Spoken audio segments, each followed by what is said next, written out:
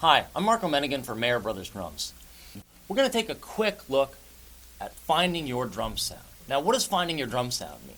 Well, it can mean everything from type of drums you use, to the tuning, to the heads, to even the technique that you use.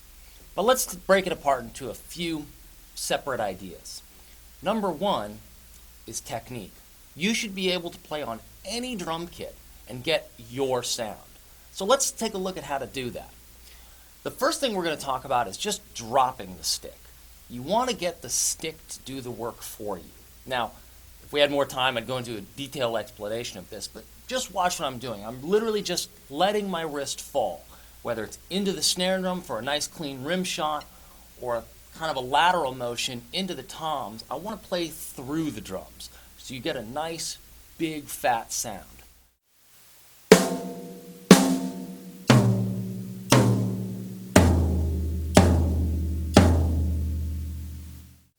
Now, in terms of tuning, there's a couple of things we can do. Obviously, there are a lot of ideas out there, a lot of theories, and all of them are great. It really depends on your own personal preference. But some general rules I can suggest are these. As much as you can, try to use as little muffling and as little taping, especially on toms. Remember, they're drums, not cardboard boxes. You want them to sound nice and open and let them sing. On my drums, I use coated ambassador on the top and a clear ambassador on the bottom. The other thing is you want to look at intervals. For some reason, using a minor third interval between the top and bottom head seems to allow all the drums to sing the way they should and not have extensive amounts of decay. So, minor third would be the bottom head is a minor third above the top head.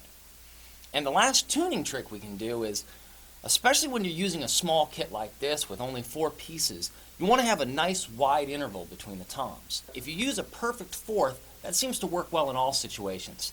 Let me play it for you so you can hear it.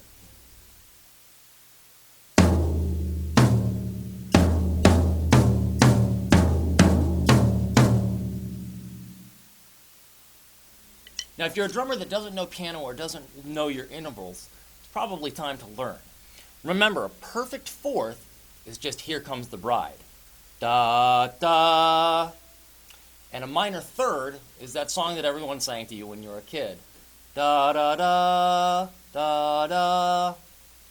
Using these kind of techniques to remember intervals will make it a lot easier for you, especially when you have to tune in a pinch.